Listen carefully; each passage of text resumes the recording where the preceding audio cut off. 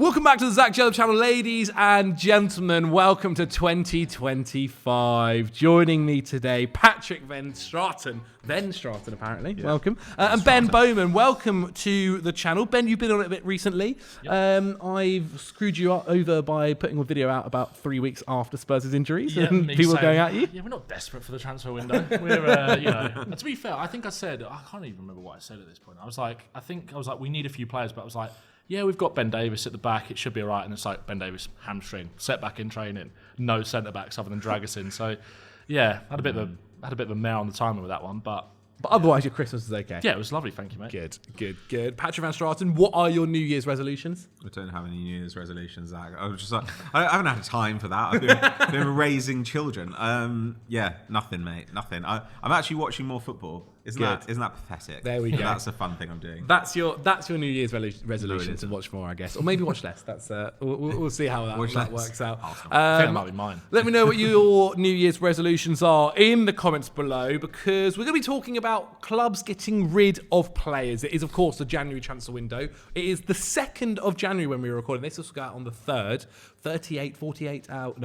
72 hours into the transfer window once this goes out, roughly. And so we'll see if any deals have been done. But we're going to be talking about players that need to go. Players that need to go out of their club who aren't providing anything to their club and maybe could provide things elsewhere. We're also going to be looking at Europe as well. I asked on Twitter or X, whatever platform you want to call it, for your suggestions for your clubs. And we're going to be speaking whether we agree, whether there should be a different player that goes, and maybe some other talking points as well. And let's start off with Arsenal, Pat. Why not? Let's kick it off with the North London club. Yeah. A couple of people mentioned Tierney. Sure. Obviously, as a pretty easy one. The guy doesn't play. Contract running out. If you can get rid of him, of course. And now he's just like a guy no one talks about, whereas there was a period where he was just like a good left back for us. Yeah. In fact, he was talked about as a future Arsenal captain at one stage. I guess a lot of teams in fullback terms have kind of moved past this kind of player. Yeah. But teams in the middle kind of rung of the Premier League, and certainly in other leagues, still use pretty conventional fullbacks. Look at someone like Anthony Robinson, who's having a great season as a conventional fullback.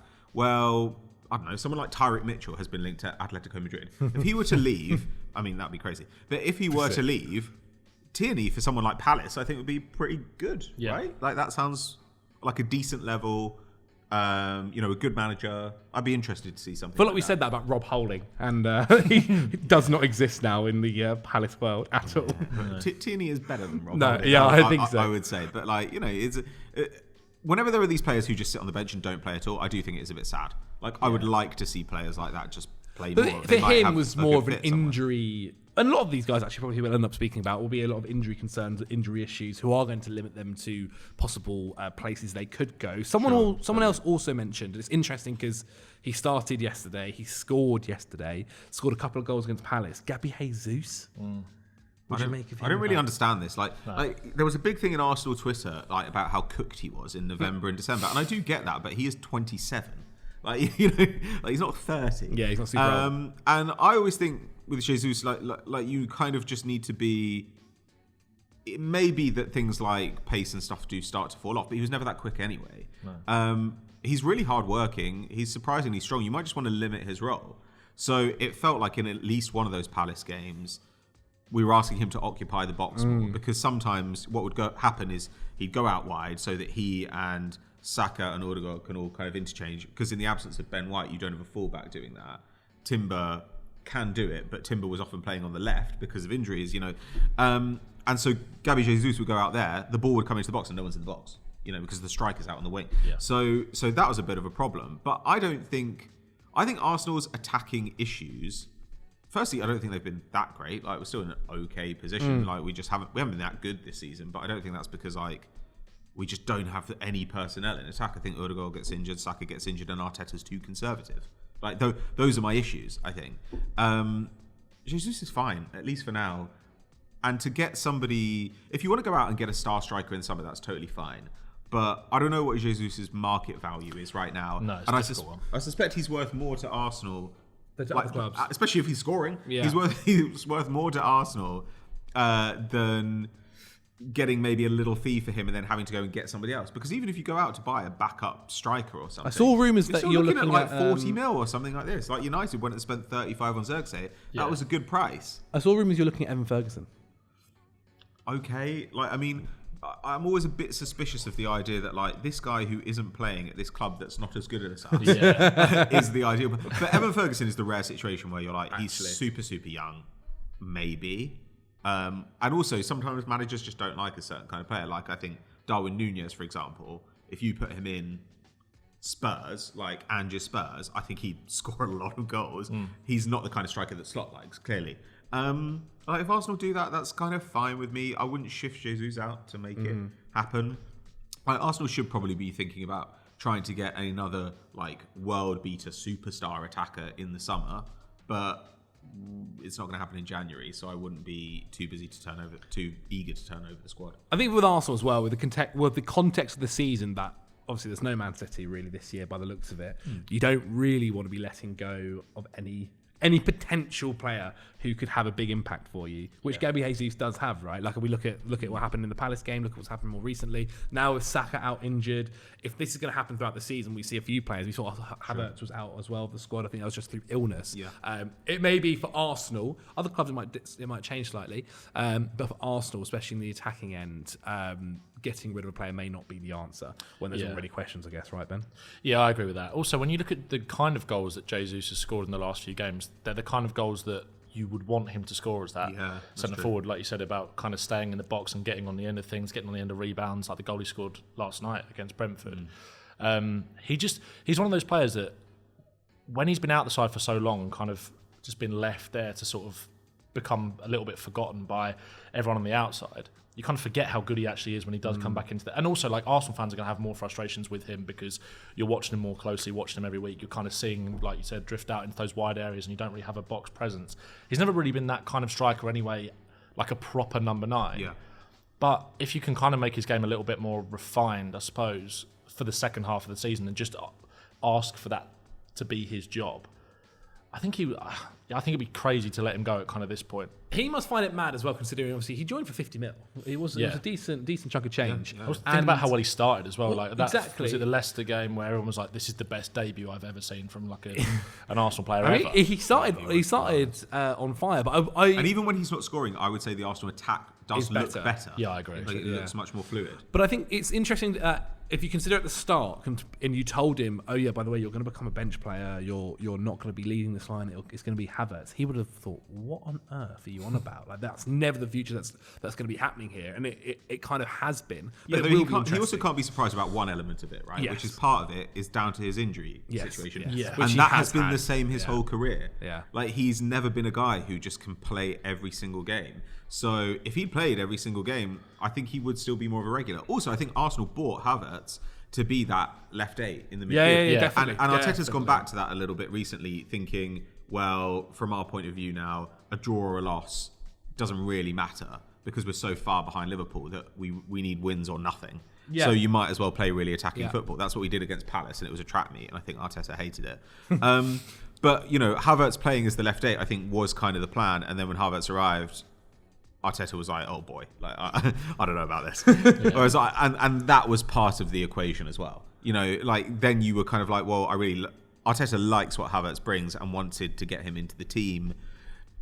But then you're playing him up front, and there's no place for Jesus. So it's difficult. You've got to figure out who you want more. Indeed. I think the easy answer there is Kieran Tierney for Arsenal to get rid of, because right now any other player they may need for this title race. Let's jump over to Manchester City then, because there are two players that were mentioned to me. One was the guy who hasn't scored in a year, Jack Grealish. And the other was the youngster who I thought actually looked pretty good against Leicester, James McAtee. Yeah. He seems like he was promised at least somewhat of a squad role at the start of the season, Ben, and that's not really how it's worked out, has it, for him? No, a lot of City fans are kind of getting quite frustrated with it as well, because I think it's almost like, I think with young players, that obviously City have let a lot of young players go who have either come up through their academy or they've kind of poached at a younger age, and they've developed those players. A lot of fans, I think, are maybe getting a little bit frustrated with that, so they kind of don't want to see it happen again. So they maybe want maybe some City fans are suggesting that to say, well, we don't want you to sit here and not be, or kind of be a bit part player when we can see there's this real potential for you. I think you almost have that attachment to some of these players sometimes. So it's like you kind of want the best for them if they're not going to play. But then you saw the impact that he had on Sunday against Leicester. Like that little kind of Lacroqueta down the line, then drifted inside to set up the second goal as well. Like he's a real player. I remember when Spurs played City in the League Cup this season. He started in midfield with I can't remember who it was. It was Rico Lewis, I think, maybe. And he was great. Like he really, really stood out as someone that has got the technical quality to play in this system. And I think it'd be stupid for City to move him on, because actually when you look at what he brought to that game the other day, as well as that technical quality, he's got legs, which I think has been the big thing with City. Obviously, we don't know too much about his defensive ability necessarily on transition, which is obviously what Gundogan has massively struggled with, and Kovacic as well.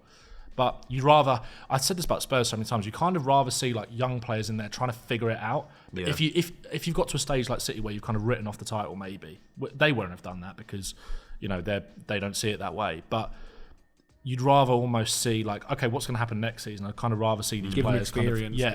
I think Grealish makes more sense. I think you're going to struggle to sell him in January. I think there'll be a lot of clubs that would maybe look at him on loan because the quality is, although he's not scored a goal in the year, the narrative around Grealish isn't. He's obviously his stock is incredibly low at the moment, but he's also had a difficult year with injuries and stuff like that, especially at the start of last year.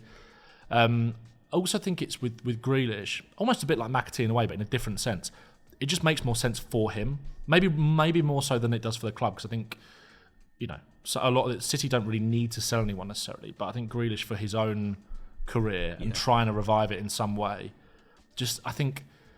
I know people will obviously say it about players that go for big money, even though he's done well for City. I think certainly first couple of seasons, that pressure of being that £100 million guy, there is so much chat around him all the time because people are like, I preferred the Aston Villa version. There's just this kind of bubble that exists around Grealish that isn't really his fault, and I think to kind of just get rid of all of that, go on loan somewhere for 6 months and kind of remind everybody how good you can actually be. Because I was watching him in the Villa game a few weeks ago and he was getting a lot of heat because he was getting booed, wasn't he? He was getting booed. He was getting clattered into by Matty Cash every 5 minutes. He obviously got a bit rattled and kind of reacted to the fans at the end of the game. He had that one shot in the first half that went out for a throw-in. I actually thought he played quite well. I thought he played all right. And it was like, but these other things are going to dominate the conversation more than him. Is he getting... What I always find really interesting, especially now that Savinho's in the side and Jeremy Doku, they are being asked to take on a man, to use their pace, to get down the wing, and maybe it is to put the ball into the box, whatever it might be.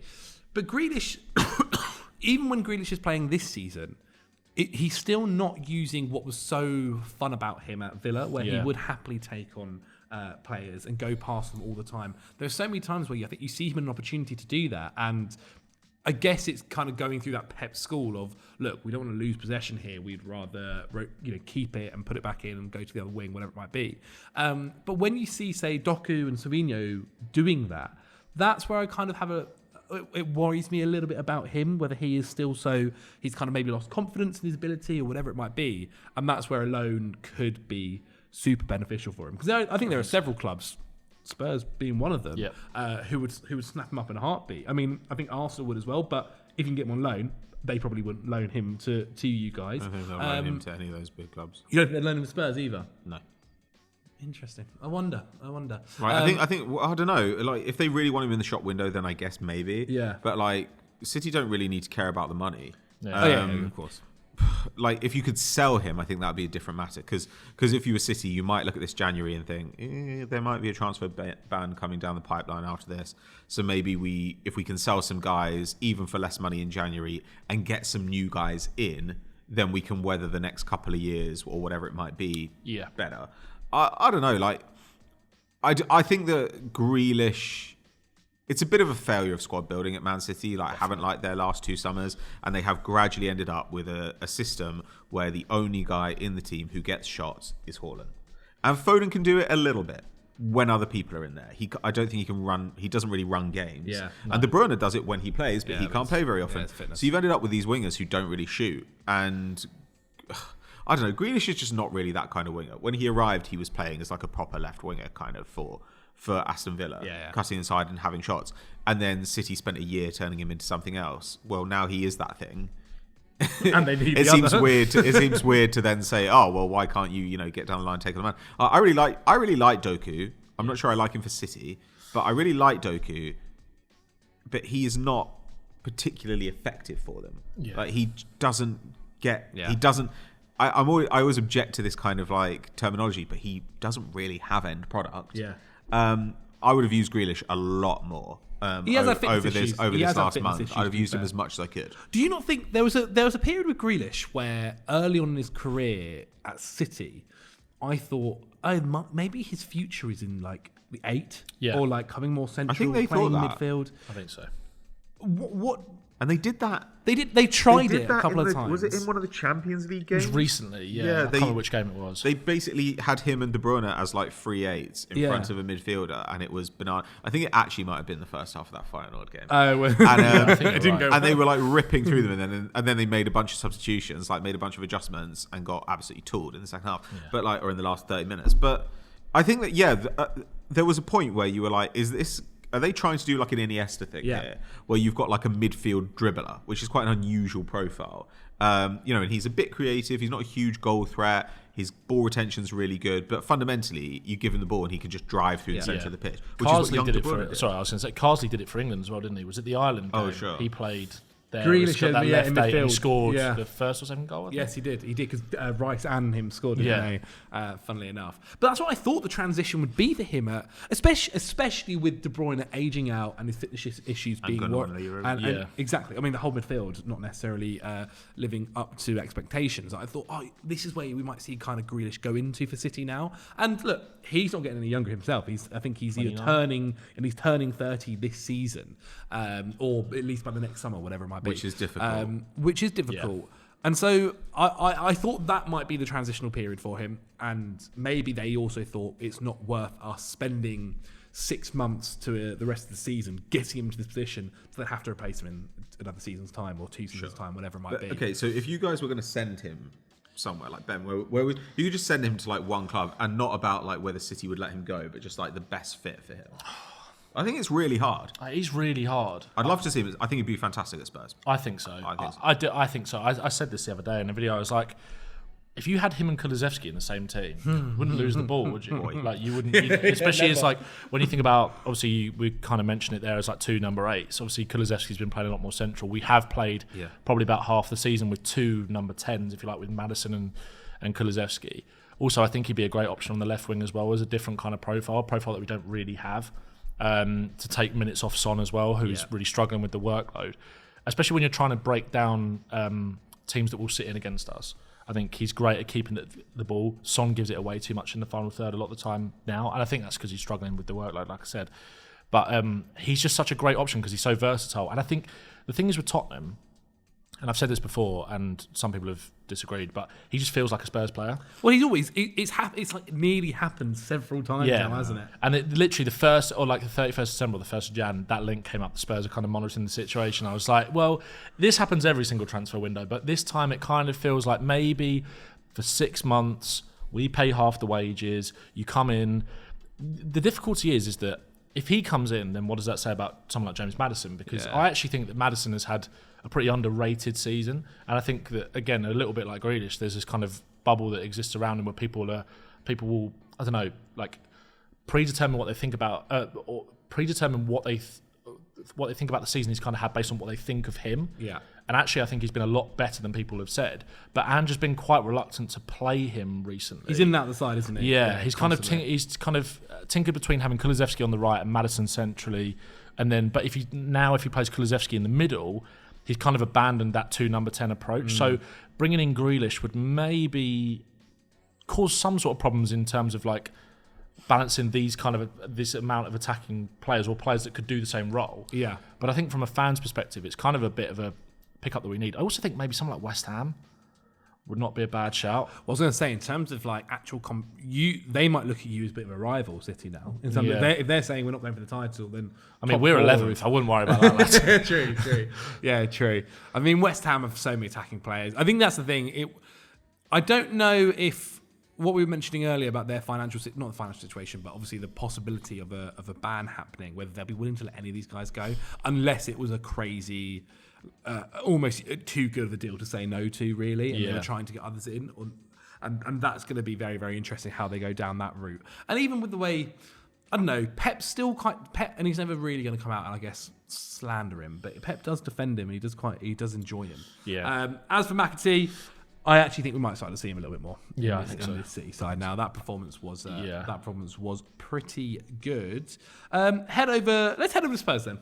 Let's head over to Spurs. We mentioned there for Jack Grealish. There's a few interesting ones there, I guess. You guys have injury issues coming out of your ears. You've got Son's contract coming up at the end of the summer. Fans starting to fall out of love with him a little bit. Yeah. But Ben, is there another player you would rather get rid of this January? I think Basuma? I mean, Basuma is a If you got player a that's kind replacement, of it's difficult because Spurs have got this kind of weird deal with Johnny Cardozo at Real Betis where we can essentially there is a number 6 coming at Spurs, whether it's him or someone, and I feel like that kind of signing where we can either just bring him in or if someone else wants Was he to on bring loan him in. there? What's the deal? So basically, I don't think I've ever seen a deal like this before, where basically Spurs have essentially called dibs on him. So it means that we can sign him for this kind of agreed fee. However, if we decide that we don't want him in the summer, if someone else wants to buy him, Spurs get like a 30% cut of the transfer fee. So it's quite good business all round. Okay. So it's not a loan. You've essentially So- got an option on it. Essentially got an option. Yeah, okay. But it's like the way it's structured, I've never really seen it before. But we essentially know that a number 6 is in the planning for Spurs. Okay. I don't know if we can bring him in January. I don't think we can. I think it's more for the summer. So I think Basuma is probably more one for the summer, but just because we need the kind of bodies. Bentancur suspended again for Where do you one think Gray's future is? game. Midfield? But not 6. I think it is a 6. I think he's kind of got the. It's difficult because one of the reasons I'll have kind of sympathy for Basuma, and eventually we'll have that. I mean, Gray, I've sympathy for him anyway, given the different positions that he's played. He's been excellent, kind of in terms of adjusting. He has, yeah. But Basuma is a player that I think a lot of Spurs fans have kind of run out of patience with. But being the 6 in Spurs' system is so hard. Yeah. It is really hard. So I think some of the criticism is slightly unfair. However, I think a lot of Spurs fans would say that they've kind of come to the end of the tether a little bit with him. But I think January will be a naive time to move him on because the 6 market is kind of lower. Like I said, we've got this thing with Cardozo. I don't think we can bring him in until the summer anyway. So it'd make more sense for forward planning to do that then. But with, I do see Gray long term as that number 6. I think he's got the intelligence to do it. He's got the legs to do it. He's got that kind of line breaking ability as well with his passing, comfortable with his back to goal. And I actually think kind of playing at centre half in this team will actually leave me in good stead for the future. I think it's really difficult with kind of analysing who Spurs should sell in January because we've got so many injuries. Yeah.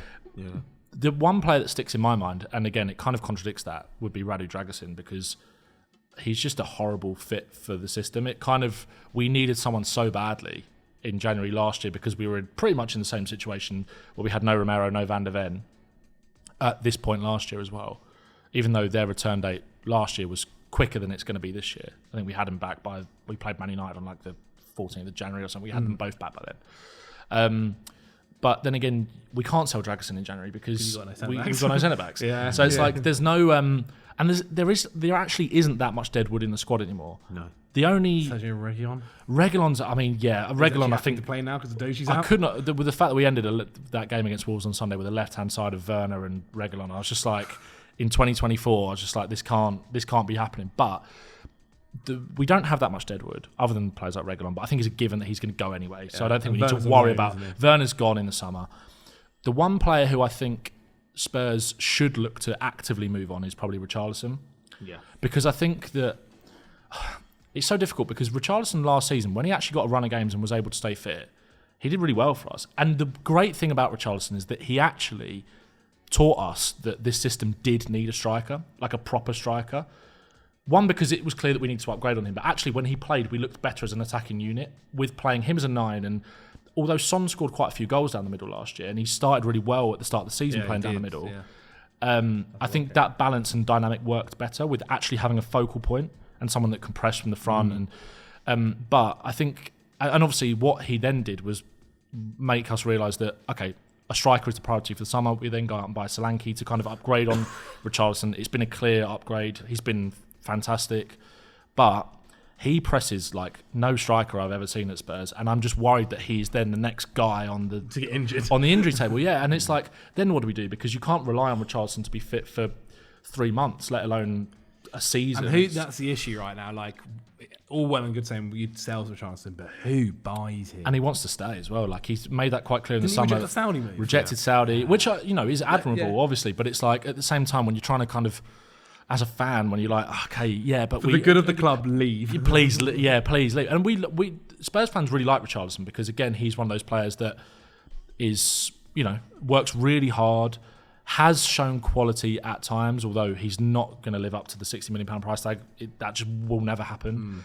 But I just don't see him. I don't ever see him being consistently fit for a period of time that means we can actually actively rest and rotate Dom Solanke. Solanke's played virtually pretty much every Europa League season. Richarlison. He's played just under 190. He's played like 76 minutes. Yeah, he came on like second game of the season for a bit, got injured. Then he started one game, which was in the Europa League against Alkmaar, scored a penalty, then went off, and then we haven't seen him since then.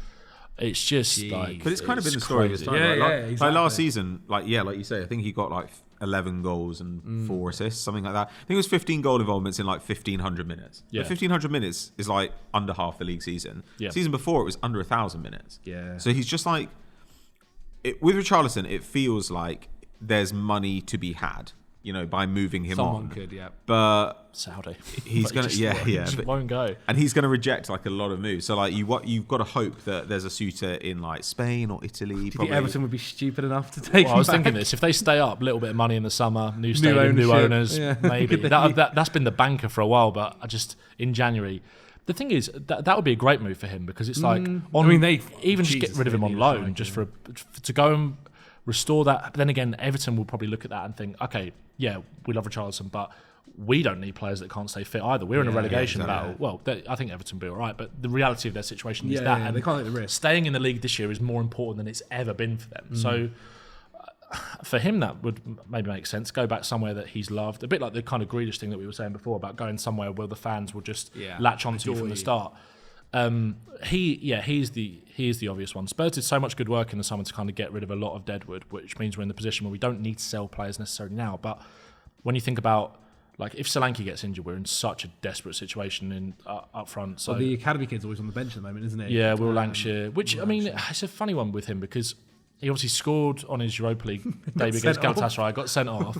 He's clearly talented, but I think he's probably a player that could do with a loan himself anyway. So, Richarlison would be the obvious one, but it's such a difficult situation with that. Okay. Well, we'll see if there's an owner or a buyer there for him in the world. I think this January is going to be quite dire. I don't see a lot of clubs making moves at all. Really? You think there's a few? Apart from City. Yeah, but I think that might lubricate the market. Like, interesting. Like, if City go and spend a bunch of money, then a bunch of teams are going to have money and they're going to need to replace important players because City aren't going to go and buy their dead wood. City are going to go and buy their starting number 6 or something. I don't know. Like, look. Is that money going back into the Premier League? I guess it would go to La Liga, but then I guess they might go and buy. But it depends. Who knows? Like, you never really know. And also, there are people now scout from a lot of leagues which do actually have kind of availability. Yeah. In January, so if you want to go and loan or buy a player from MLS or from Brazil or wherever it might be, like those players are actually gettable in January, as Chelsea fans know. So you might see some movement, but I don't know. Like, we said before this season started, we said when the Champions League changes were kind of like ratified, this is going to be a big problem for squad building because they haven't given you any more allowance in squad size. Yeah.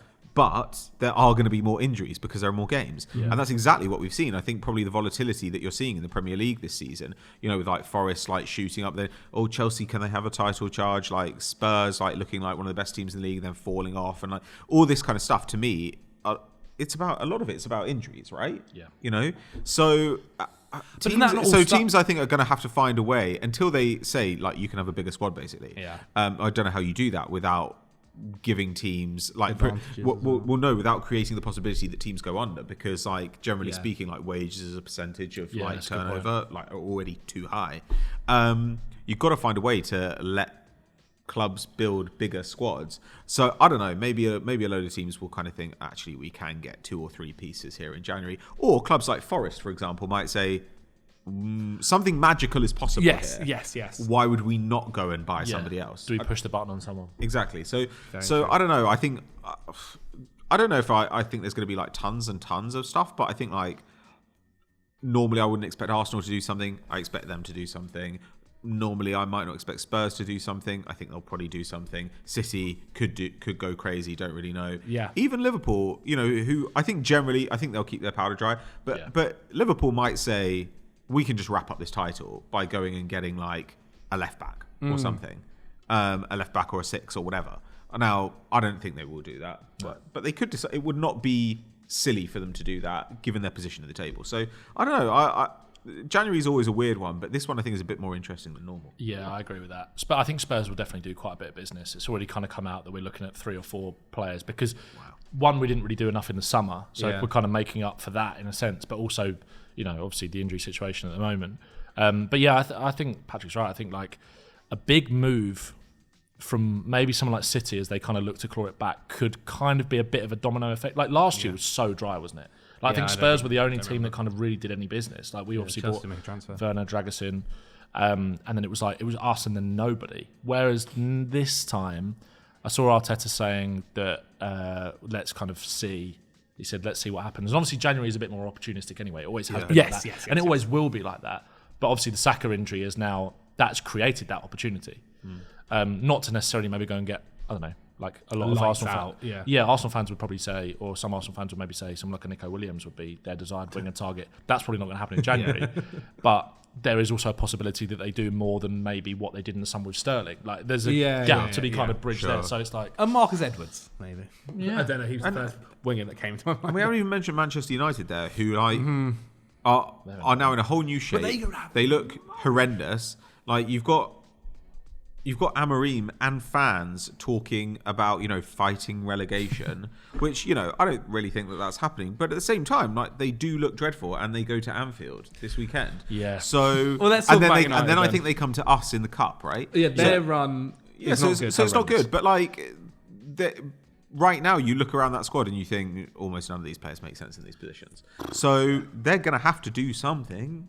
Well, let's talk about Man United. Let's talk about Man United because keep having to pay off coaches. They're literally. I mean, they are PSR wise, supposedly according to reports, on the line here. So it might be something where they have to sell in order to buy.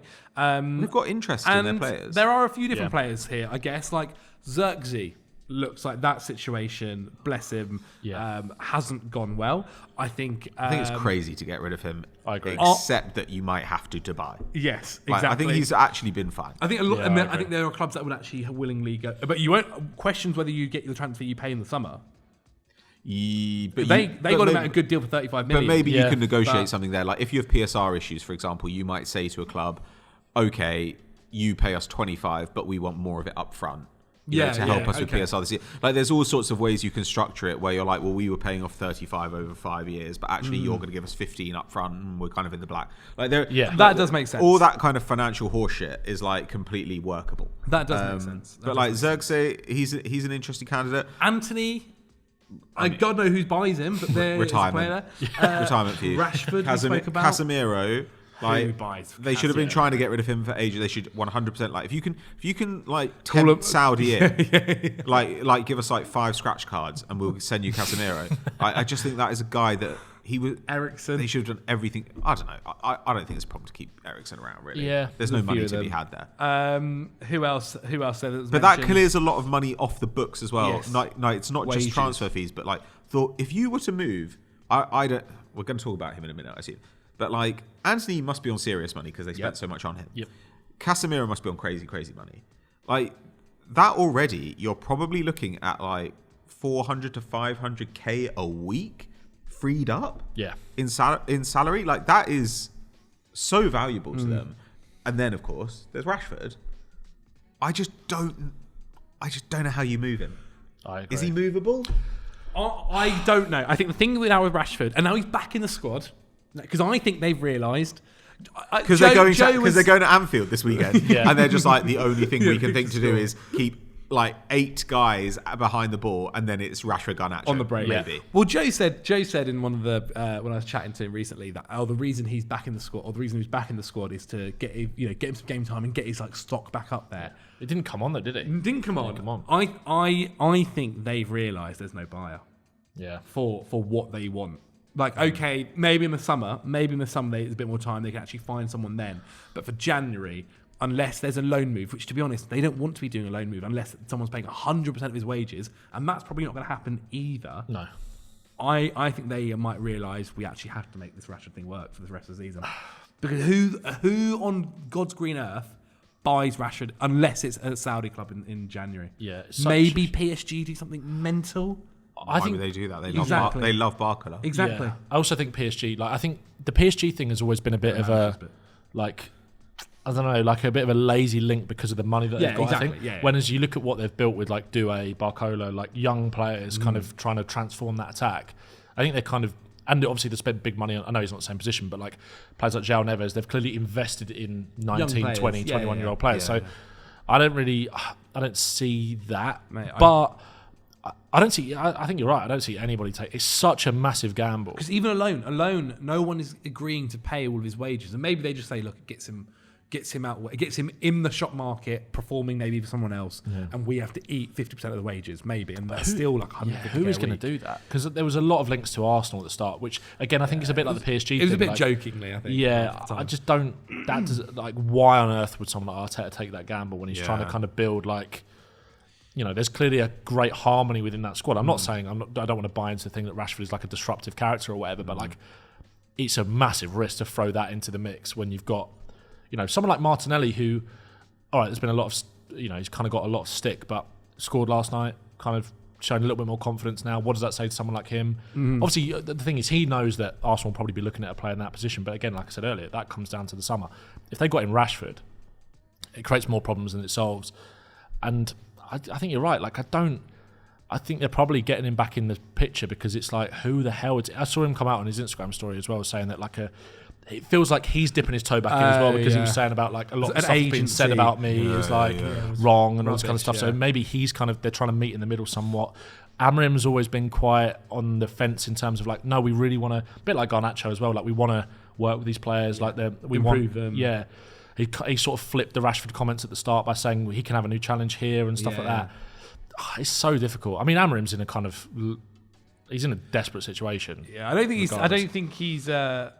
It's not going well there at United at all. But at the same time, I think it's really silly to, if you come into a club, unless somebody is like, honestly, a poisonous presence, or unless they commit a crime outside the club, though obviously that doesn't seem to affect managers' opinions of players at all, then I find it really weird when they're like, I will just never try and work it out with that guy. Like that seems to me to be so childish. Whereas what they should, or like Sancho, Southgate and Ben White or something, where you're like, you are technically both grown men. Like, could you not just like repair a relationship? Like, go and have a pint. That's what happens when you work with someone. Like sometimes somebody at work pisses you off, but it's not an option for you to just say like, I will never speak to that person.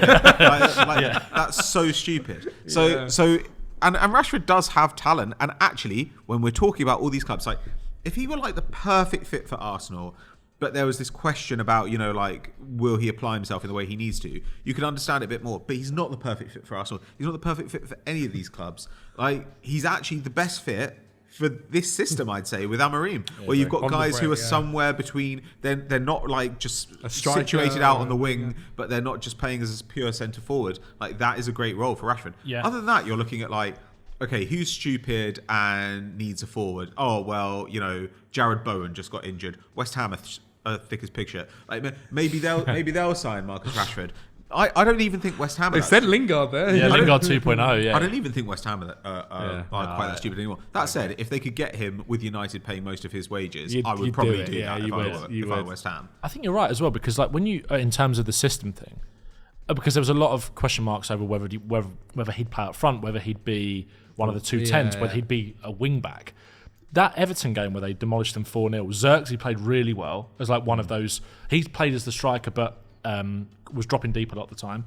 Rashford, like you look at the goal, I think Rashford's second goal in that game, it was classic Rashford at Man United. Like Diallo wins the ball high up the pitch, little combination play. Rashford makes that diagonal run across in behind and finishes it. Like if you can create the chances for Rashford, and actually, I think the problem is United have got so many other players where like, are they going to work as one of the two number sixes? Are they going to work as one of the two number 10s? Bruno. I think Fernandes falls into that. I think Rashford is a better fit than a lot of the other players that they have. Even I don't think Diallo, I'm not sure is like a perfect fit for it. Like he's been brilliant at wing back. He's been good in one of those two number 10 positions as well. Like they've got a lot of figuring out to do. I think it feels like it might be too far gone though. Like the way fans It's been talk about very Rashford toxic, now, isn't it? it's Yeah. been super toxic. But we've been through like 3 iterations of that. You know, like Yeah, there have been true. multiple cycles of True, United true. fans being like, get Rashford out of the club. He comes back and has a good half season. Yeah, Get yeah. Rashford out of the club. and that's what Like, it takes. if Scores I- 3 goals. yeah. Everyone goes, Rashford's he's the guy. I think Yeah. it comes down to how scared United are right now. Like, how scared are they that relegation's a real possibility? Well, if they want a left wing back, assuming he says yes, then Alvaro Fernandez Carreras is like available for like 15 million euros. They got to buy back. I think there. it seems like that might be happening. That would solve a lot of problems for them, assuming he goes. Because He he might might still say, get him I'm off, at Benfica, and it's great. Yeah. Like, but you can do that inexpensively. Yes. But the rest of the time, I think when you get a new coach in, if you've got nothing to gain, and they have nothing to gain, because I don't think they're getting relegated and they're not getting European football, they're going to end up in that middle section. So there's really nothing to gain from like doing too much extreme stuff in January. I think, should give your manager as long as possible to figure things out. Agree. This was my issue with Thiago Motta going to Juve, right? That they immediately did loads and loads of stuff and like completely rejigged the squad in a bunch of ways. And I thought, but after a year, that manager's going to come to you and say, oh, I actually didn't realise, but there's this problem, this problem, this problem, this problem too. And Juve put themselves in a financial hole to that, which means they might not be able to do any of that stuff next summer. We don't really know. Well, similarly with United, I wouldn't want to do too much stuff in January, which then limits my ability to make major changes in the summer, that's a great point. which is when you actually have a good market and when you actually want to do work to it. Yeah. Also gives Amorim more time to kind of, it's Figure short-term out pain his for guys. long-term gain of like, figure out the Yeah. rest of the players in the squad, actually imprint your kind of style and go, no, we're going to suffer yeah. doing it this way because actually in 6 months' time, when I can bring in some better players, you guys are more adjusted to the system and might become squad players. You know exactly what I want you to do. Yeah. And also, like you just said, a season without Europe next year might actually do them a lot of good because it gives them more focus to actually be able to do that. And although no European football isn't exactly attractive for a potential player that's going to come in and join them in the summer, still Man United at the end of the day, and they still pay big wages. yeah. So, yeah, it's a really difficult one in terms of who. Maybe. Obviously, one of the other players that's kind of had a bit of problems with Amorim so far is Garnacho. And I feel like he's got more suitors than if they look to cash in on someone. No, 100%. Oh yeah. If Garnacho was available in January, I think somebody would easily stamp your hand for him. 40, 50 million potentially. there's And a that's pure potential- profit as well.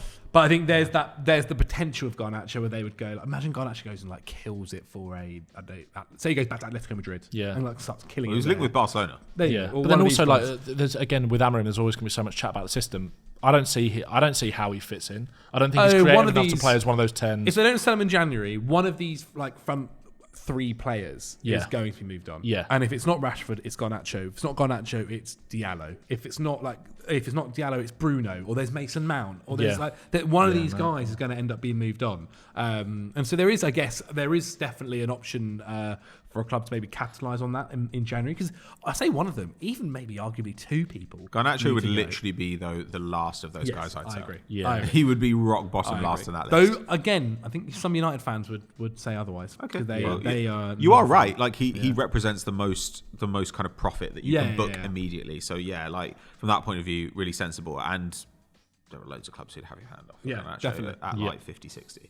Yeah, 100%. Completely agree. But Manchester United, if you can find anyone in Saudi willing to take Casemiro, go and do it without a doubt. Doesn't matter, just ship him out. somehow. Literally. Okay, let's talk a little bit about Chelsea. I think this one has happened because of his bad performance against Ipswich. Everybody was going Axel Disasi. Yeah. He was being played at right back, which I thought was a bit of a mental decision by Maresca when he had 3 right backs on the bench. I mean, he kind of actually played right centre back and back 3 is how it worked, but he had a tough time, and his decision to basically, I don't know if you saw the game, Pat. He passes back and doesn't put enough power on the pass, and Djellab runs on and basically end up scoring. Amari Hutchinson scores. That's what happens. Those things do happen. But he's done that a few times now. Sure. He did that against Maresca for Leicester, where he scored the own goal in the FA Cup last season, which was insane. And so I think a lot of people have kind of had I think Badia Shield, they're still willing to give it a chance to. But with Disasi, I think they know what Disasi is. Yeah. He is someone who I think was brought in to be more of a physically dominant centre-back. Doesn't necessarily do that even that well.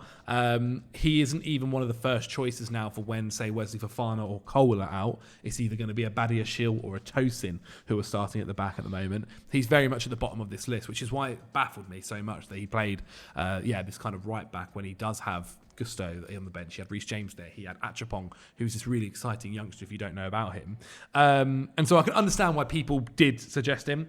I also thought there was the easy suggestions of Ben Chilwell. Yeah. If there is a move that happens, Ben Chilwell leaves Chelsea. Well, that'll happen in January, I think, without a doubt. And Carney Chukwuemeka. Carney Chukwuemeka is still... And Nkunku. And Nkunku, yes. Yeah. I've also got Nkunku down as well, actually. So those are the four, I think, which you could end up seeing. I don't think Chelsea will get rid of Disasi unless somebody comes in with a very impressive offer that almost forces Chelsea's hand. That might be something that is looked at in the summer. But as for those other three, I think Nkunku's the same. I think Chelsea won't won't ship him off or actively look for someone unless somebody comes to them with an offer. But Chilwell and Carney, and I think there are a few clubs who could very much benefit from Carney Chukwuemeka, are guys who could end up leaving this summer. Chilwell is, I think, done... I think we paid, was it close to 50 million for him when it was from Leicester? And in the end, look, we've won the Champions League. Like that, I guess, is what will keep being kind of associated with him. He's had injury issues coming out of his ears, so I don't know if any, like, say Manchester United were talking about needing a left back or left wing back. They're not going to really want to risk it with him. No. But I don't know, if you're looking for a second choice left back, maybe he's the guy. If you were like Fulham and you thought we might have or even like a Bournemouth where it depends whether you think we are the team that can keep him fit, because he's never had a great injury record. But, say you are a team like that where you're like, we're going to lose this guy who we love.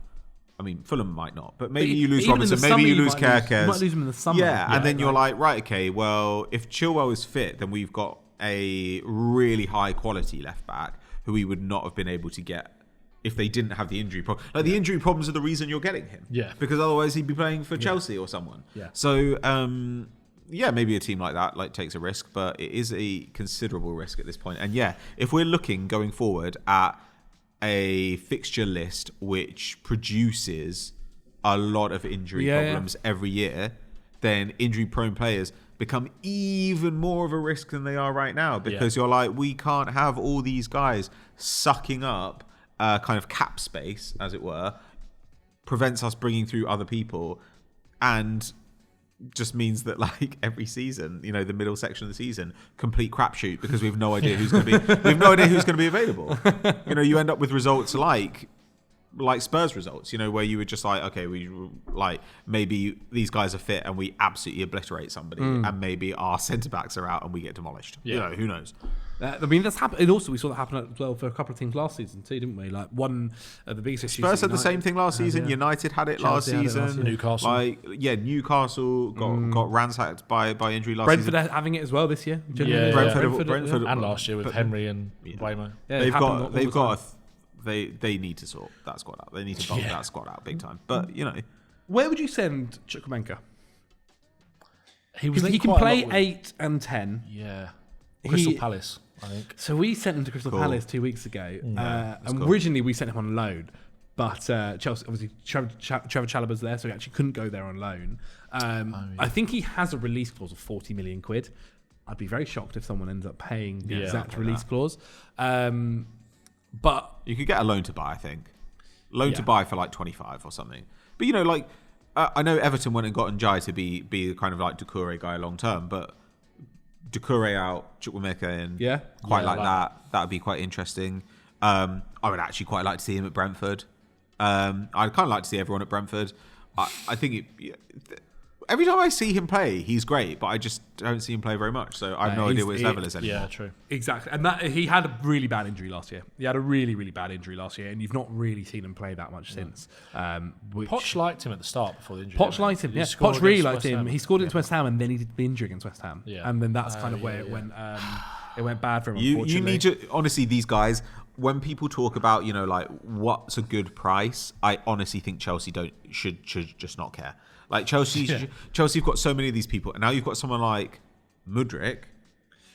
fucking hell. Yeah, where you're just like, what do we do? What on about earth happens there? this? Like, I saw someone doing an article about that Chelsea can legally, if he gets done with his B test, I think there's a possibility where Chelsea are able to strike, kind of sack him, obviously, Same as and like then Mutu. strike So his it's money off of the I thingy. wouldn't be surprised if Chelsea are the one club in the world who have a policy for that after the Mutu situation, Yeah, where they were in previous. like legal battles for 10 years. Yeah, well, sure. Like, you think like the transfer. Yeah, is, like, done. I think it's reasonable to maybe say like, look, that's gross incompetence, Yeah. or that's something, it's a sackable offence. Like maybe you can Yeah. cut the contract, but you are paying him currently, and you're paying Carney, and you're paying Nkunku, and you're paying guys who you don't get much out of, like Joao Felix, and you're paying Disasi, who's not good, and you're paying guys like Fofana and Badiashile, who I actually like as players, but Fofana's injured. they're Another guy always is gonna injured. sit, So they're bad. always going to sit out. You're paying your keepers, paying Jorgensen like probably first choice goalkeeper wages to be a second choice goalkeeper. You're paying like Sanchez the same. Like there's so much just like waste here Yeah. that it's honestly better. You throw good money after bad if you say we wasted money on this guy, but we can't sell him at a loss. Therefore, we keep him and continue paying his wages. It is much better to say off you go, 15 mil, off you go, 20 mil, and just bring all that money in and actually have some space to do so. I think we might see a bit of that in the summer. Good. I think that's when you might see Chelsea's a few of these guys end up moving on. Like we kind of saw that a little bit actually. Was it last summer Koulibaly went? Summer before? Whatever it was. Whenever that Koulibaly went to happened. yeah. Sadly, yeah. But yeah. I would like to Mendy see. and- I don't care about Chilwell because he doesn't really exist anymore. I would like Chukwuemeka to play, but the one we've spoken about it many times. I just want to see Nkunku play regular football. Yeah, Nkunku same. is a Champions League quality player. Chelsea in my fans are opinion. getting very frustrated with Nkunku. Yeah. His work rate on the pitch, which is understandable. I mean, from a Chelsea point of view, it hasn't been very impressive when he has played. I also feel for him in the fact that against Ipswich, he got asked to play striker, and he's just not a striker. No. He isn't a striker. And do you know who was playing in this, his ideal position in that kind of like second, like attacking mid role? Joao Felix was playing there, and he's another one where like if Nkunku was there, then there's questions about Felix, and whether if Felix was up top against Ipswich, that probably wouldn't have went too well either. Yeah. I think that's I think Nkunku's one. I think someone in the summer might look at Nkunku and go, that's an option for it there, and then Chelsea maybe would get a good deal. He'd be great for. I mean, there's a lot of players that I think would be great for United in one of those two number 10 roles, but I think Nkunku would be great for them. He would. Just playing off the striker. But again, like they'd probably say, well, he hasn't. He joined Chelsea last season, so at that point it's 2 years' time. He's 2 years older. He's only played like 7 games and had injury after injury. And Chelsea will still want to recoup some of the value they Yeah. paid for him. So yeah, but I mean, we spoke about United's financial situation, but if maybe a loan with, it's going to be one of them, isn't it? And also, United have costs associated, right, with the fact that they've gone from like a back four to a back three. Yeah. Like there's a cost associated in that you have to build a squad in a whole new way. But the one advantage you get is that there are loads of players who other teams wouldn't touch because they say, that guy doesn't really suit fit our us. system. Yeah. He's too attacking to play fullback for us and he's not attacking enough to be a winger for us. Well, if you're one of the few teams who plays with a system that uses those guys, you can potentially get them for lower fees price. because Yeah, there's that's a less good point. competition. So somebody like Nkunku, you might say, well, he's not good enough for Chelsea as a 10 or a left winger or as a striker, but is he good enough for us as one of the guys behind the striker? He might be perfect in that role. Yeah. Like there are loads of players who I think fit into that category. So actually, I don't know. Like United might say, if United are smart, which they're not, if United are smart, then they can say there may be bargains to be had for us. Yeah, I mean that's what they tried to do with Mason Mount, wasn't it? They originally went in for like a 35 million bid. It ended up being 60. Yeah, that was 60 crazy. something, didn't it? Okay. Well, is there anyone we could look at Liverpool? Like, I don't think anyone's going to be no one's going to be buying Andy Robertson really in January, are they? The person who I thought might actually get a decent bid, Darwin Núñez. I think they'll sell him in the summer. I agree. You think summer? I don't you don't think think anyone will come in? Liverpool are not doing. Why would Liverpool do Yeah. anything? No, you now? are in that Liverpool sense. are just Yes, like, you are right. especially because until contracts, like it looks like my suspicion is that Trent won't sign a new contract. Trent goes in the summer, but between now and the end of the season, it looks like Salah and Van Dijk sign new contracts. Well, let that all happen. Let the vibes be good, and then at the end of the season, you're like Darwin Núñez. Goodbye. See ya. Like that's that. Back to the Galapagos with you, Darwin. But like it's so you can do something like that. Like it's. Right now, you don't. I don't know why you'd upset the apple cart. What do you that's think good about Liverpool rejecting 20 mil for Trent?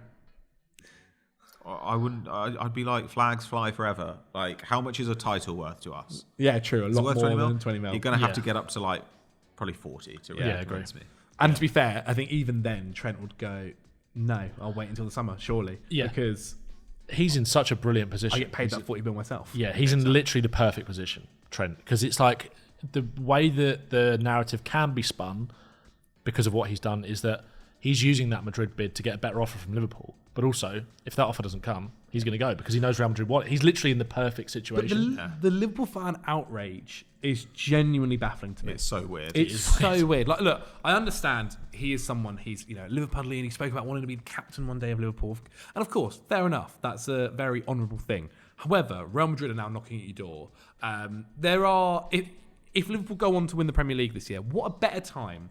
Is there a better time then to move on to the next stage? You're not going to a rival. You're going to, a European rival, but to be honest, any other club in the world that's going to be a European rival. Yeah. You're going to get paid loads of money, which is another bonus. You're going to have, career-wise, you're going to give yourself one of the best opportunities to be known as one of the best right-backs or the best ever player to play in your position. You're going to be playing with better players, like no disrespect to the Liverpool side, but I think we can compare it to the Real Madrid side, and player-wise, there are arguably higher quality. The manager's going to be changing by the looks of it at Real Madrid, so maybe Slot would be better. But you're also, I don't think he's having as much fun or being able to be the full Trent Alexander-Arnold that he wants to be in Slot's Liverpool. Sure. Whereas I think there is a future. I think whatever new manager comes in at Real Madrid would go, we've got to make Trent Alexander-Arnold work here because he can be super beneficial for us. And look, I understand the frustration from fans. I understand it. But I think some of the things where people are really going for him and even you see, you saw Carragher recently mentioned about how he's a nice lad and his career, but you won't be a Liverpool legend. Okay, it kind of is what it is. It doesn't have to be. If he doesn't have to be a Liverpool legend. That is that nuts. true as well? You're just he is. Well, the Premier League, first ever Premier League, Champions League. Yeah. No, all by the age of 21 or whatever it was at the time, 22. He's an academy kid. Yeah. I shut up. I hate all that stuff, man. I hate all this stuff where it's kind of you should be so desperately grateful to the club. The club don't play you and don't keep you in the squad because out of charity. They do it because you're good. And if you stop being good, they will cut you as soon as they possibly can. As Chelsea did with Mason Mount, as Arsenal did with Eddie Nketiah. Every single club does this. There's no loyalty. Mm-hmm. It's ridiculous to expect loyalty from a billion-dollar corporation, and it's ridiculous to be kind of fawningly subservient to them as well. It's just oh, I love my boss. Please approve of me. No, he has a job advert out 2 minutes after you're dead. So I just find all this stuff ridiculous bootlicking. The idea that he's letting the club down, he's betraying them. No, he isn't. He potentially is going to leave you with a second title. Yeah. Shut up and just accept that that's how it goes. If you have an issue with anybody, have an issue with the fact that they didn't renew him 2.5 years ago or something. Yeah. So he's 25 years old. And he is arguably the best right back in the world and the biggest club in the world because Real Madrid are the biggest club in the world. Want him. Hard to say no. And he wants to go. Yeah. And maybe he changed his mind. If they do all this, all of this stuff as well just confirms that he'll go. Yeah. If Liverpool fans are going berserk, whereas if Liverpool fans were we love Trent Alexander-Arnold and what a player he's been for us and we'd love him to stay, but we do understand. I honestly think that that makes him less likely to leave. Yeah. He will see that stuff, right? He'll see that stuff and think, that's nice. Maybe I've got to rethink this, whatever it might be. Yeah, I understand. Like you said, I understand their frustration because a lot of it has been so ambiguous. Even Trent the other day, where he's kind of going like that after scoring against West Ham. What does that mean? And then he won't really clarify it. He kind of gets asked about it and sort of smirks, but he holds all the cards at the end of the day, and that's one thing that football fans will never be. Also, they're probably the same fans that would say if it was a Man City, Arsenal, Man United, Spurs player, would go, well, you can't turn Real Madrid down, can you? Yeah. It's just that Liverpool have got this kind of thing of it means more. And I get that. I do. It's a bit cringy, but I understand it. I do. And for an academy player who's a scouser coming up through the ranks, and like you said, academy football culture can be so throwaway sometimes, so why do they owe you that loyalty? Mm-hmm. And at the end of the day, if they win another Premier League, also, not just another Premier League, they're still in the FA, well, obviously I haven't played the FA Cup yet, they're in a League Cup semi-final, which they'll probably get to the final. They've won every single game in the Champions League so far. There is a potential for this to be a historic season for Liverpool. An incredible year. And, if he wants to go out on that high, then you can't really begrudge him that. A football career is not long.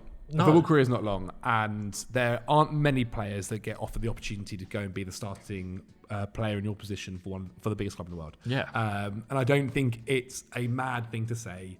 And look, okay, maybe he isn't considered Steven Gerrard levels, and I think he'll be a little bit higher than how they looked at Owen and McManaman when they went to Real Madrid. That's the thing that's baffling me about that. It's just like I made a TikTok about it yesterday, kind of going like basically exact same conversation we're having now. And a lot of Liverpool fans in the comments were like, yeah, but look at Owen, look at McManaman. It was like, it's different. Owen never different. And look at how Owen's spoken about Liverpool after as well. There's a lot of that comes into it. He's basically been saying like, oh, if Trent wants Real Madrid's number, I'll give it to him and stuff like that. That's also why Liverpool fans hate him, because what he's done since he made that went to United, Newcastle. Yeah, it's not just that. The thing as well is it's fresh right now. It's fresh right now. In a year's time, 2 years' time, when he's killing it for Real Madrid. It's just sour grapes, man. It is. Exactly. Yeah. It's fine. Exactly. It's like, hopefully they'll get over it. If they don't, they're children. Like I think quite literally. Everybody, whether they want to admit it or not, would understand if like their best academy product like wanted to go to Real Madrid. Yeah. Everybody. It's okay to be sad about it. It's not okay to be a little bitch about it. Just shut up. Every smaller team, right? They have academy graduates that go on to Liverpool. Yes. Or go on to Chelsea, United, whatever. Yeah. Just so happens they're at the top of the food chain at that time. Exactly. And it's the same thing's happening. Exactly. We had it with, obviously with Harry Kane. It was like Harvey Elliott at Liverpool right now. Yeah. Fulham didn't get much of a transfer fee for him when he went in the academy days. He's now, not a starting player, but a really important player for him. He could also end up being a kind of a throwaway player at Liverpool that their fans won't even really think about in 5 or 6 years' time. So it's Exactly. It's sour grapes. It is sour grapes. That is all the English teams that I had down for us. I do want to cover a couple of international or European teams as well, because when I put the tweet out, Barcelona fans had mentioned Frenkie de Jong to get rid of him in January. They hate him. Yeah. The Frenkie de Jong saga at Barcelona has been going on now for so long. I've actually tried to forget about Frenkie de Jong as a player. Obviously, he's now a little bit older. He isn't this 22-year-old midfielder who had aspirations of, or had predictions of being one of the best midfielders in the world. He suffered at times with injuries. He's been in and out of the squad. He's had the whole Manchester United transfer rumour constantly happening. For Frenkie de Jong, I actually think for him to be fully appreciated, he might actually have to go elsewhere. Yeah. Definitely. And I think there are a bunch of clubs that would happily snap your hands off for him. We talk about, obviously, Man City looking at players. I wouldn't actually be that shocked if they end up going for someone like him. City or Spurs, him would be interesting. Yeah. Very, very interesting. We got linked with him actually last January. Again, I don't know actually how legitimate concrete that was. Or it might have even been after January. As like someone that we were looking at. And also, we very nearly signed him when he was a kid. Like there's been a long-standing interest. I don't see that happening, but I think he'd be a great addition. Great addition, yeah. Well, when Frenkie de Jong is on his day, he's an incredible player who controls the game, absolutely dominates it in midfield. Obviously, we saw. I don't think we'll ever see him go to United now. Now that Ten Hag's gone, because that was kind of the real link that was happening all the time there. If Man City are trying to revamp their midfield, like it might be something that happens there as well. But the issue that Barcelona have right now is they need money. They need money desperately. And so it actually wouldn't surprise me if they were to try and get some players gone in January to help. Well, number one, register Dani Olmo. They've got to ask. I think they've got to beg the league for that though, because they missed the deadline. They did. So there's no guarantee, even if they. I mean, look, the league just does what Real Madrid and Barcelona want. Yeah. But there's no guarantee that gets allowed. True. But also, Barcelona have got a real chance of winning a title here. So I don't know. You don't really want to like thin yourself out too much in midfield. And obviously, Marc Bernal went out for the season with an ACL really early on. So their midfield, they've got lots of midfielders, but they don't have lots of like central midfielders. So it's like they've got Casado, and they've got they can play Pedri there and they can play Gavi there, but like it's not. There aren't really destroyers certainly, and two-way midfielders are also few and far between. So I don't know, like. If you can get money for him, like, look, Spurs need a 6. City need anyone in midfield. Yeah, Arsenal have got Partey and Jorginho out of contract at the end of the season, they might say, okay, that would be good for us. Like, United could still get a lot of use out of Frenkie de Jong. For sure. Frenkie de Jong plus one of Ugarte or Mainu would be pretty good. Would they spend all their money on that one now, is my thinking. Like, I don't think you will have to spend all that. Like, if Barcelona ask a lot of money, no one's going to do it. Barcelona are going to have to. You could probably get him for about 45, 50. What did they pay for him? It was more than that. They paid. It was like 68, something? Yeah, something like that. And obviously now they aren't in the driving. Everyone knows about their financial situation. So they go, hey, we want 60 million. You go, you guys need to beg me for money here. Bayern too. Bayern have also got. They've got Goretzka expiring. I think they've got Kimmich expiring. Yeah. And Kimmich has been playing, midfield again. Paulini's been in and out of the side, hasn't he? Yeah, he's injured. He's injured for the rest of the season. So you need. I think he got an ACL, didn't he? Maybe. The last I saw, I was just checking he's got his ligament injury for the rest of the season, but maybe I'm wrong. But he, but De Jong was obviously heavily linked with them like before. Would also be kind of interesting for them. There are loads and loads of teams that could make use of Frenkie de Jong. The question is, how much do Barca want, and what are the wages? Because the wages right now are crazy, and he's owed in a lot of money in wages as well. So okay, that's a Barcelona one because you are right. Otherwise, they are going for this league title, and also they're not top at the moment, is it? It's like Atleti. They beat them, didn't they? Went top. They had a really bad run, Barcelona, before Christmas. They after winning Lamine Yamal's out, isn't he, at the moment? They got. Yeah, but they took like 6 points from 21 available or something. Yeah, it's bad. Not great. Well, they started the league unbelievably well. Real Madrid wise, Endrick has played 84 La Liga minutes so far. Someone who has still looked very exciting actually when he has played, especially that goal in the Champions League. I thought was always impressive. We've mentioned him a few times about a few different things. There was that funny rumour about him possibly going on loan to Southampton, and that's very much what this would be. If he was to leave in January, it would be a loan move. They would never be selling him. It would be very shocking if they did anyway. But there are a couple of clubs who I think give minutes to Endrick quite easily, and I think that is actually a move that would be quite smart with Real Madrid. They have loaned other players before, and they have made it back into the side. We've seen that happen with Dani Ceballos, who's obviously still at Real Madrid. Trying to think of the other forwards. Brahim Diaz on loan to AC Milan. Did they sell him and then he came back? Sold him. I can't quite remember. Yeah. But still, that's how they sold Odegaard. They loaned out Odegaard and they sold him. How much do these work? And Kovacic is how they did a loan to sale as well. Exactly. Sometimes these things just get a buyer for a guy they want to shift. But then to be fair, Vinicius, do they want to shift him? No. Vinicius at the start of his Real Madrid career wasn't necessarily starting every game, and eventually look at him now. I think they do enjoy. I think Real Madrid sometimes think, you know what, we could send you on loan to one of these clubs, and yes, you'd get minutes, but you wouldn't be training with these players in this facility. And his coach as well. Exactly. That's true. Exactly. So maybe not. I wouldn't send Endrick out. No, I wouldn't. No, you think keep him with the side? Definitely, because he's also the only centre forward they have. He's the only centre forward in the squad. Yeah. So there are games where that is just useful for you. And as you move on in the Champions League, they're going to have to go through the playoffs. You are going to need to rotate. Right? So I don't know. I think it's sensible to have him there. But yeah, you could consider moving on one of him or Diaz or Goulet. I think the guy they sell in the summer is probably Rodrigo. But yes. I think that's a video for closer to the summer, that's for sure. The other person I thought as well, Camavinga, but he's kind of in and out of the squad, but he's at left back, and they do absolutely adore him there. He's so good. Other ones to mention as well, Bayern Munich, Matthias Tell, still 19 years old, started only 2 games so far this campaign. I think he thought he might get a little bit more minutes currently under Vincent Kompany. Yeah. He is an exciting player. Yeah. He's someone that's looked exciting now for a couple of years. But I do wonder, not to say it's going to exactly be like Joshua Zirkzee, but Zirkzee was someone that was considered really exciting at Bayern Munich, and it never worked out for him. He had to leave to go and get his time. And I wonder whether Matthias Tell might start thinking about that. They're not going to be moving on Harry Kane anytime soon. They spent so much money for him, and he's obviously doing so well for them up top. I know Tell can also play out on the wing, but they've kind of got their wingers there. We've seen, obviously on the right side, we've got Elise, who they brought in for a lot of money. Maybe the left side somewhere where they could get a little bit of. It sounds like Sane's probably going to move on, isn't it? So it's I know Sane kind of plays.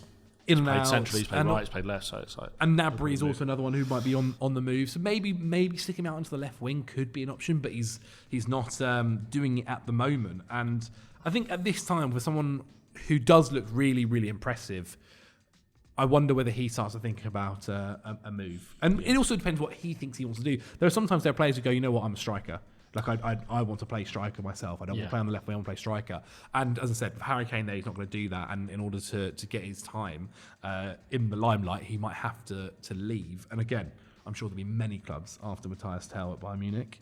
I mean, even on loan. There'll be a few clubs that snap your hand off for him on loan right now. I think with the kind of that versatility and the dynamism that he's got to be able to play out wide and up front, a lot of Premier League clubs, like versatility is obviously such a massive thing, especially in January when you're trying to bring in stopgap players that can cover multiple positions. I think it actually benefits him a little bit to be in this situation, maybe where he can offer playing in multiple positions. Yeah, suits different clubs need different needs as well, don't they, I guess. Another one I wanted to mention, AC Milan.